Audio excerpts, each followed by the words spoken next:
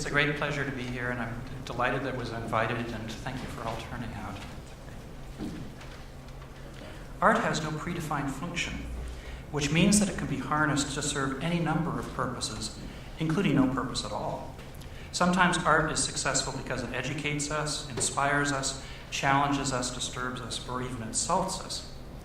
However, if art didn't offer some element of pleasure, it would cease to play much role in human affairs. How does music evoke pleasure? It's been the focus of much of my research over the last 2 decades. What is it about musical sounds that gets the dopamine flowing and sparks the ventral tegmental area and the nucleus accumbens? Music is not without structure.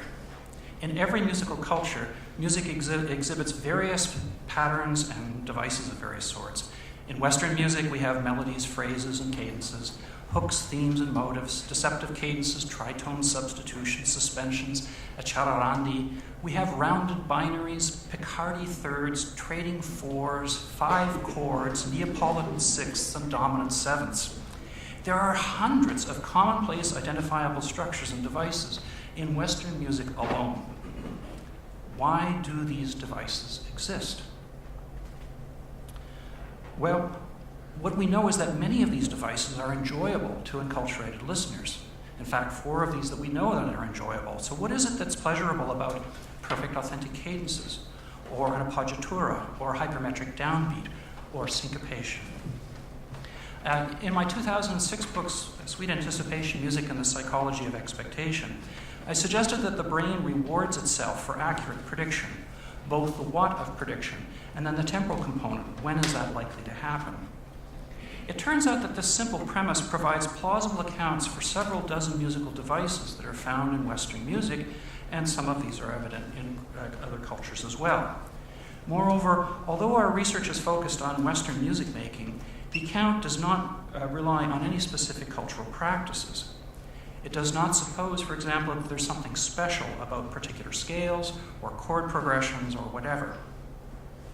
Instead, it assumes only that the listener is enculturated to some stylistic or culturally normative practice, whatever that practice happens to be. That work contrasts notably with other work I've done on voice leading. Voice leading is the art of coordinating 2 or more concurrent lines or parts. The voice leading canon consists of a dozen core rules that have been taught to Western musicians for nearly 4 centuries. Here's an example of one of these rules. When approaching an octave by similar motion, be sure that the uppermost part moves by diatonic step. Well, you can shrug your shoulders and say, why on earth? What is that? What's the purpose of this? Why does that happen? In my book published last year, Voice Leading the Science Behind a Musical Art, I suggested that the brain rewards itself for successfully parsing auditory scenes, and that the magnitude of the reward is proportional to the complexity of the scene. With this simple premise, along with a few empirically established principles in auditory scene analysis, one can actually logically derive the traditional rules of voice leading. Moreover, with this premise, one can derive non-traditional rules. These are rules that have never been articulated in any historical documents that subsequent research has shown are actually followed by Western classical composers. That is, the theory has been used to generate a priori predictions that have then been successfully tested. There are many different ways by which pleasure can be evoked through the medium of sound. In a current manuscript on musical pleasures, I offer empirical evidence for at least 22 different ways that sounds might evoke pleasure in listeners. In broad terms, these individual sources of pleasure might be categorized as perceptual pleasures, arousal-related pleasures, social pleasures, cognitive pleasures, and associational pleasures. Well, in contemporary aesthetic philosophy, these sorts of hedonic accounts of the arts are not in fashion. They haven't been in fashion for a while. They were in fashion in the 18th century. The British empiricists in particular made significant efforts to try to explain the arts according to the pleasure principle. All of the historical hedonic accounts, though, floundered on the problem of negative emotions. How do hedonic accounts explain the enjoyment of arts that evoke pity or crime? And how do hedonic accounts explain the popularity of tragedy and horror? Aristotle sort of got the ball rolling when he coined the paradox of tragedy and asked, how is it possible that we can enjoy tragedy when we have these experiences of pity and fear, which he recognized as being unenjoyable? Other problems and other attempted solutions, we can see historically different people that have been involved in that, and the same thing is true of aesthetic philosophers today that have really embraced this problem of the negative emotions in the arts. The essence of the paradox can be stated as follows. This is from Carol Talon-Houban's work. Negative emotions are psychologically unpleasant. Art causes us to experience negative emotions. We find pleasure in this experience. Well, as it stands, the syllogism is self-contradictory. There must be a problem. We can resolve the apparent paradox by either discarding or modifying one or more of the three premises. Over the past 2.5 centuries, aesthetic philosophers have offered a surprisingly large number of possible solutions to the paradox of negative emotions in the arts. For example, one approach is simply to deny that there are any emotions evoked in an audience at all, and that's actually been proposed. Another approach argues that art objects do not evoke everyday emotions like fear, anger, or sadness, and instead that art objects evoke a special class of so-called aesthetic emotions. In particular, Immanuel Kant proposed that aesthetic emotions are non-functional. Aesthetic emotions serve no practical purpose. That is, they are disinterested feelings with no instrumental value. The problem with this view is that it's not easily reconciled with biology. If we ask why emotions exist, it's hard to come up with a theory more compelling than the theory of evolution by natural selection. It seems hard to argue with the view that positive and negative affects provide the carrots and sticks that motivate behaviors that are normally adaptive. The aesthetic literature then highlights a series of these affective states that are easily evoked or commonly evoked by the arts, and that are negatively valenced. Pity and compassion comes from Aristotle. Sadness, anger or aggression, and fear. The question is, can we provide a science-based account of the conditions under which these affects might be experienced as pleasurable? For those of you who are familiar with my work on frisson, or musically induced goosebumps, you'll know that I already have an account for how sounds evocative of fear might be experienced as pleasurable. Our research on music-related sadness over the past 15 years would require more time than we have to discuss. So in the brief remaining time, I'd like to focus on two other emotions that have stymied scholars and researchers, namely anger or aggression and compassion or pity. So let's talk about anger. There exists lots of music that appears overtly aggressive. The aggressive features evident in the sounds are often evident in the facial expressions of the performers. So you can see from pictures that it doesn't look even like they're doing music so much as screaming at someone. It's important to distinguish a point of view here. There's a wide gulf between expressed or displayed emotion and evoked or felt emotion. If, as a listener, you feel that the music is being directed at you, then, as in all forms of aggression, the evoked state of a listener is likely to be one of fear. However, if, as a listener, you identify with the music and feel that the music is a vicarious expression of who you are, then you are more likely to feel energized and aggressive. Much of the difference, for example, between listeners who like or dislike death metal relates to the point of view. Liking the music is correlated with an inactive position in which the music is interpreted as an extension of your own feelings. Conversely, disliking death metal is correlated with a purely receptive stance in which you are witnessing the expressions of people other than yourself. The evoked emotions then depend on point of view. There is no debate here that fear is a negatively valenced emotion. The more pertinent question is whether anger or aggression is negatively valenced. Now, anger is commonly portrayed as one of the prototypical negative emotions. However, recent empirical evidence challenges this view. Much of the evidence is evident in experiments in behavioral economics. A workhorse in research in behavioral economics is the ultimatum game paradigm. In the ultimatum game, two people are offered a sum of money, such as, say, $10. One person is allowed to choose how the money will be divided between the two individuals. The second person is allowed to either accept the proposed division of funds or to reject the arrangement outright, so both individuals receive nothing. A proposal to split the money 50-50 is sure to be accepted by the second person. However, grossly unequal proportions, such as 80-20, is more likely to be rejected by the second person, so that neither person receives any money. The ultimatum game highlights the importance of righteous indignation. People are highly sensitive to situations of perceived injustice and take pleasure when the transgressors are punished. People will incur personal costs in order to ensure appropriate punishment. Punishment and the threat of punishment are important shapers of social behavior. Righteous indignation and the ensuing punishment help deal with the free rider problem and coalition defection. Recently, I attended a showing of a film called Wind River. Some of you may have seen this. The plot involves a group of men who engage in rape and murder. The crimes are portrayed in a particular heinous way. I was struck, at least in the showing that I saw, that nearly half of the audience burst into spontaneous applause when the bad guys finally met their ends at the hands of the film's hero.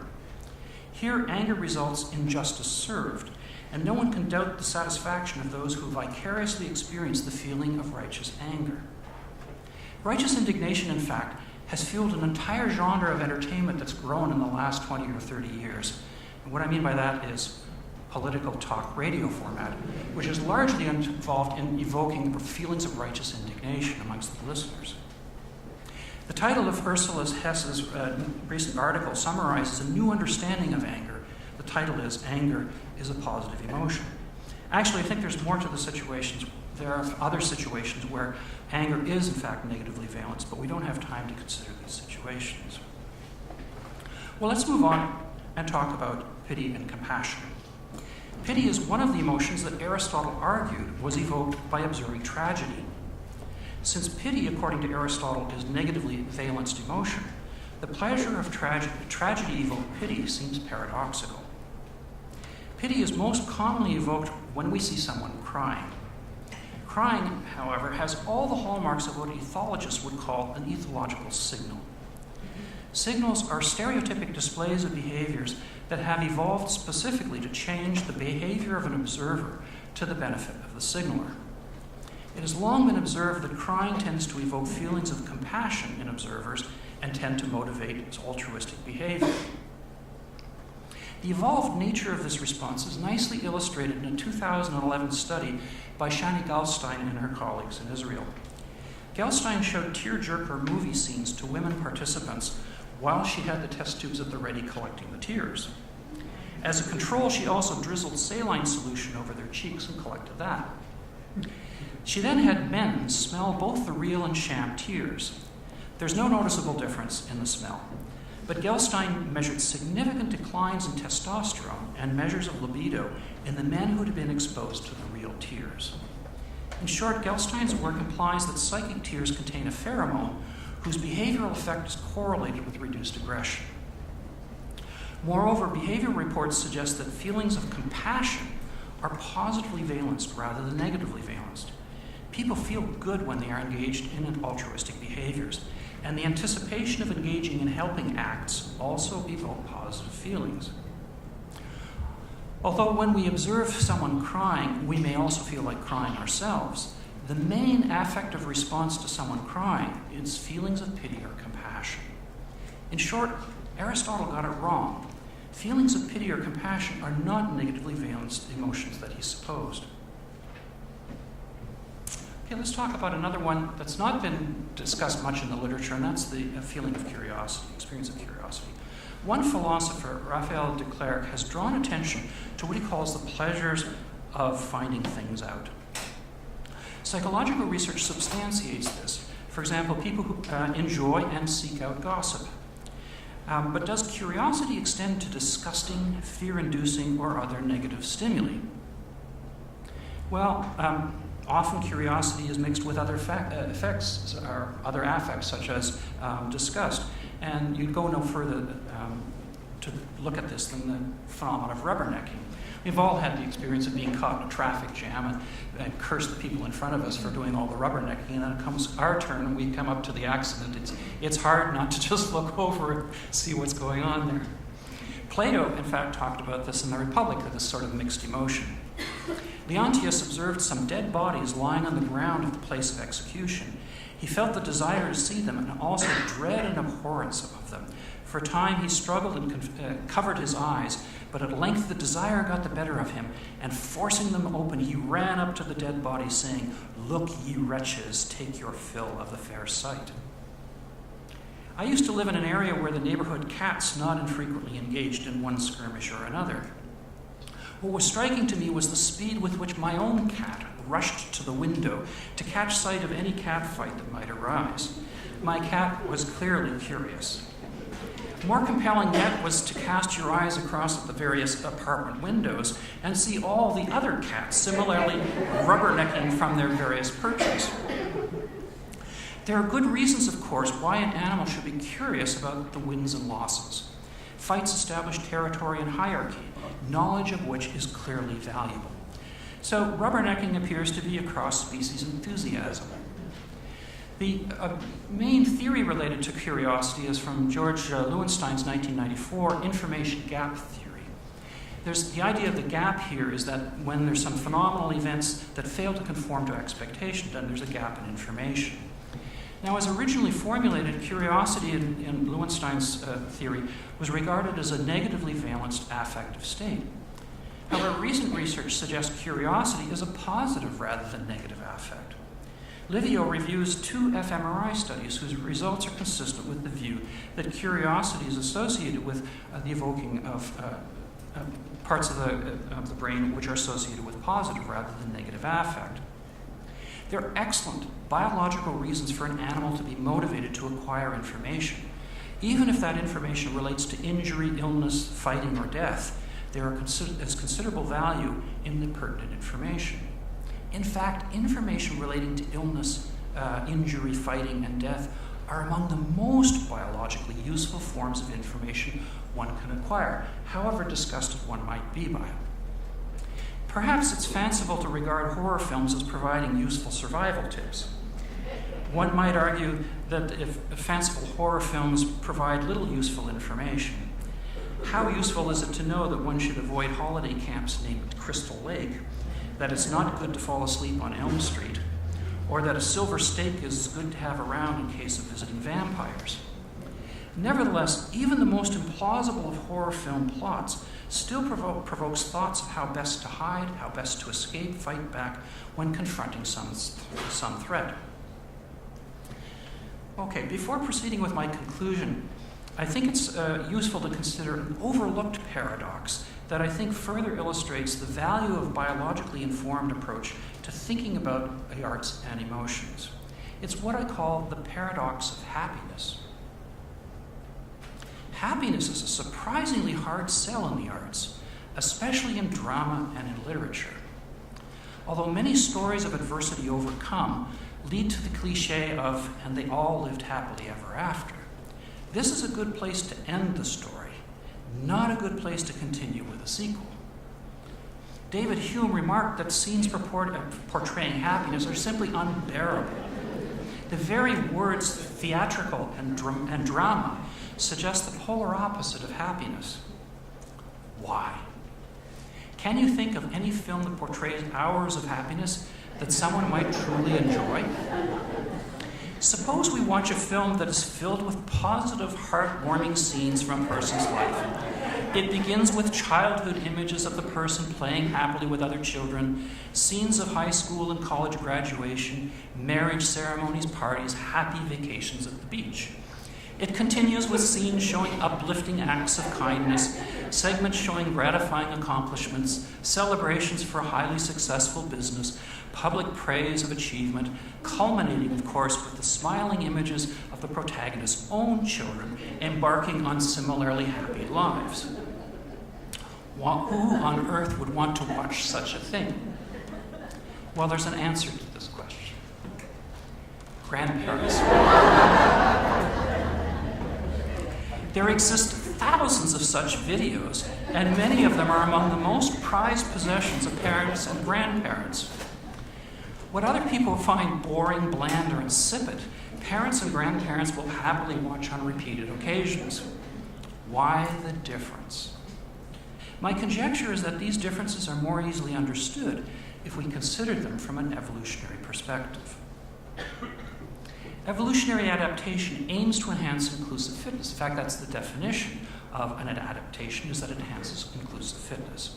There are excellent biological reasons why grandparents should delight in the successes of their grandchildren. If the video were of someone else's children, one would expect the delight to be considerably reduced. And indeed, we find retirement homes in which residents take delight in relaying the achievements of their offspring to their friends, while simultaneously complaining of boredom when hearing of the successes of their friends' offspring.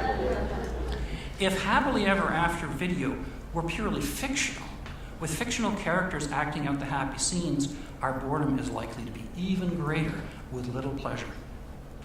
In short, the delight of watching happily ever after appears to be directly proportional to how the happiness signals an enhanced inclusive fitness for the viewer. In short, I'm suggesting that what Aristotle regarded as the paradox of tragedy, and what later philosophers expanded and renamed the paradox of negative emotions in the arts, has an overlooked companion, the paradox of happiness. Moreover, I propose that all of these apparent paradoxes can be profitably approached from an evolutionary psychological perspective. Conclusion. I propose that the paradox of negative emotions has led aesthetic philosophers down an unproductive garden path. After Kant, the dominant view has been that the arts occupy a separate realm that exists independent of human biology. I believe this view to be unhelpful. On the one hand, I concur with the majority of aesthetic philosophers that art has no predefined function, and that art can be valuable for many reasons, including that art that disturbs or insults us. However, I propose that efforts to formulate hedonic accounts of the arts have been unduly dismissed, perhaps because positive affect is equated in the minds of many with seemingly naive pleasures, like eating candy. We have simply overlooked the pleasures of feeling righteous indignation, the pleasures of curiosity, the pleasures of compassion, and other complex pleasures what we haven't had time to discuss. I suspect that the principal attraction of the arts, and notably music, lies in the pleasures they afford. And this includes the pleasures of talking about artistic works that disturb or insult us. Biologically informed approach, I propose, offers the opportunity for better understanding both the function and mechanisms involved in different emotions. And a biologically informed approach holds great promise not only for accounting for the allure of seemingly negative emotions, but also in accounting for why portrayals of happiness can be so insipid for the majority and yet so meaningful for a handful.